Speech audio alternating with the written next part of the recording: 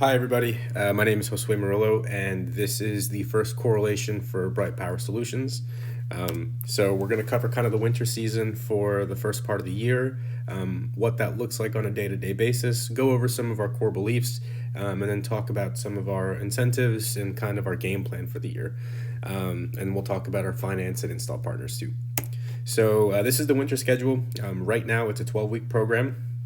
It's running from today all the way till spring break, and then we're off for spring break. So hopefully we can all take a nice trip, something or do something cool together after we've earned our winter money.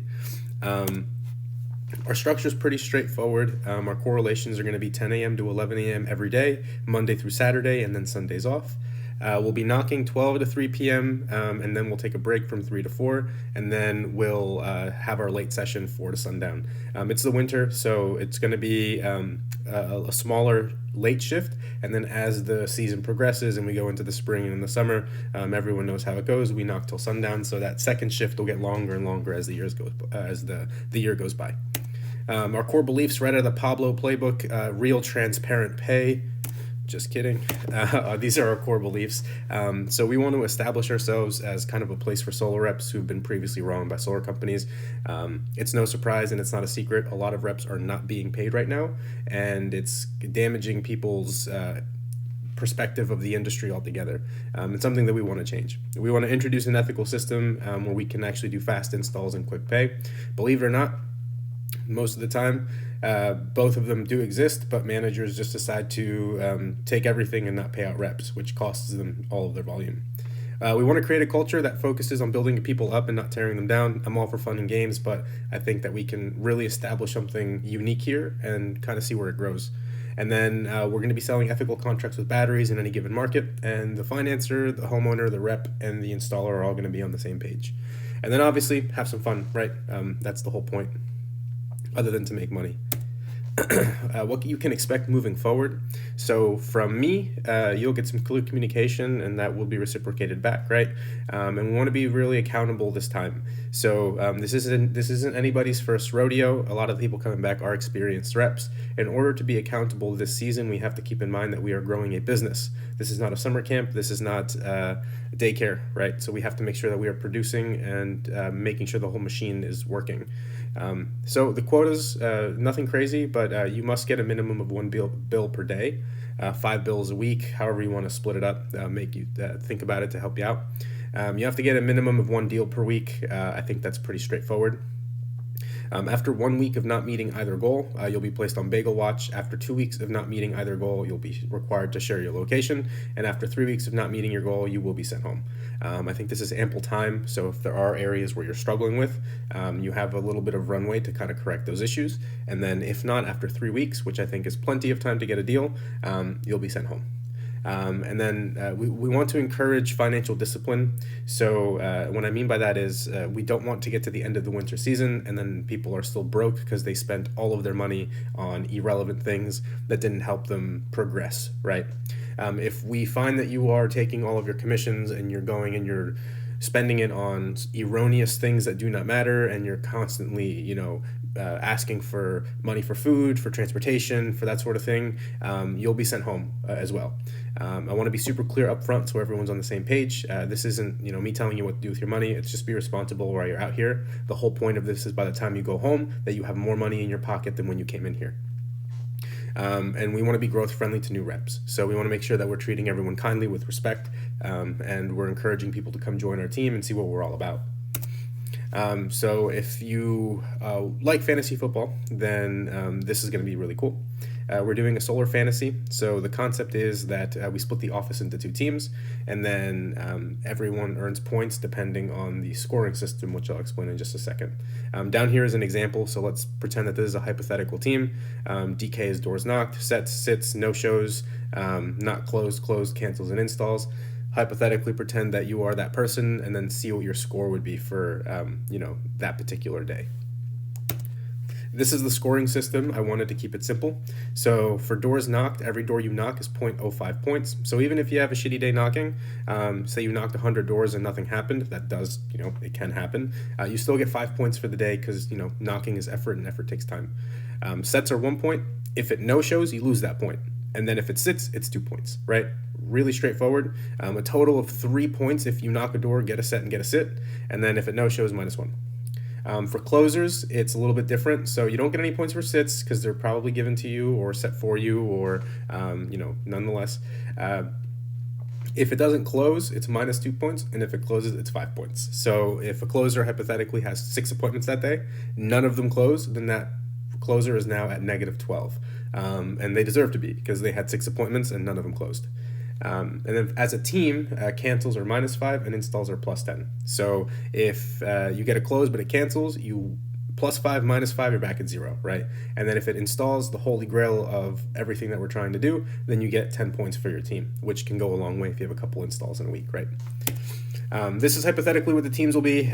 We'll kind of figure out nitty-gritty tomorrow and just kind of see who wants to be where. I try to keep them as even as possible, but this is hypothetically what it would look like, 5v5. So similar to fantasy, the first 9 weeks are going to be regular season, so teams will just earn points on a daily basis. The last 3 weeks, so that'll be playoffs. So the winning team will get split up into a bracket, and then it'll be 1v1, 1 round knockout, and then the winner take all would kind of win the incentive for the individual or MVP. So for the weekly incentives, right, as an office, we have to hit 4 to 5 deals per week. If we do so, BPS will buy the entire office a comp dinner at a nicer location. Now, the asterisk is there because it's based on CPR. CPR is closes per rep. What that means is that for every member on your team, you each are responsible for 1 deal. So if you have 6 people on your team, you got to get 6 deals that week. If you have 7 people on your team, you got 7 deals that week. And that's just to keep everyone accountable. You have to get an average of 1 deal per rep, 1 close per rep. Anything above that, phenomenal. Anything below that, obviously someone needs to pick up the slack. The winning team for fantasy will get a paid trip to Vegas for a week with everything comped. Minimum installs is 25. This is in 3 months, and it's between 5+ people. So if you have 5 people on your team, everyone gets 1 deal, and you do that for 5 weeks straight, that's 25 deals, right? It's not as hard as you think it is. It just requires us to be held accountable and to actually get our individual weekly goal. And then finally, the MVP, so the top setter and the top closer for the fantasy at the end of the season will each earn $5,000. And then minimum installs required is 12 for each the setter and the closer. If you remember back to our weekly quota, you have to get 1 deal per week. You do 1 deal per week for 12 weeks, you get your 12 deals, right? So it's 1 deal a week pace to qualify for the incentive. Back-end related. So this is the split on all deals. There is no funny business. So setter gets 33% on a 3-0 red line. Closers get 67% on a 3-0 red line. We use Gusto. Only difference is it's being managed correctly and not by someone that wants to take advantage of us, which is great. These are our finance and our install partners. So we're financing through Everbright, great software, national platform, nothing but good things. And then our installers are BPS and Levian. The only difference really being the install time, pay time, and then whether or not we can do add-ons. So for BPS, only fresh systems. One of our managers, their parents do payroll for BPS, so we can see all accounts and where they're at any given time. And then if you want to do an adder, the only time we really should be using Levion is for adders, and with battery backup, then we can use Levion since you can do adders with them. Here you can see the different install and pay times. For BPS, it's 7 to 10 days, get paid out 3 weeks after install. For Levion, it's approximately 3 to 5 days for install, and you pay between 4 and 6 weeks. And then this right here, I wanted to address this right off the bat for everybody. So we want to create an office where everyone has an equal opportunity to become a closer and to transition from setting to closing to ultimately becoming a manager. However, and I've done this for a very long time now, and rushing this process and trying to become a closer than before you're ready is going to hinder everything if you are not properly guided. So speaking from experience, I know a lot of reps that come in and they want to become a closer immediately because they want to make all this crazy solar money, and then they don't do it correctly, and then they fizzle out and they go home. So on average, it takes about 2 years, 2 good years in solar to become a closer. This isn't because closers want to, gatekeep people into setting. Some organizations might be that way, but the reality of it is anyone I've seen that comes into closing, super early with no real experience and with no real direction, within 1 month of closing, they're gone, right? They go home. And I've seen this in many different offices, and it happens all the time. So, additionally, if you do want to become a closer, you're responsible for your own technology, and you have to begin the HIS licensing process. Until then, you'll be closing under either my portal or Danny's portal, anyone with an HIS. So, if you do see yourself closing for a long period of time beyond the bounds of this dealer, then I would recommend getting your HIS as soon as possible.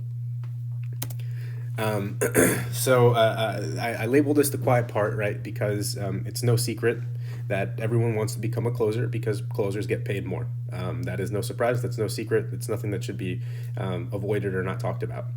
But the quieter part is that most people that have never been setters, or sorry, that have never been closers, they think that closing is super convenient because you just get appointments all the time and you just go close and then you make more money than the person that's knocking the door. And that's only half true. So, in order to become a closer, you have more responsibility in a lot of different ways. So, you are expected to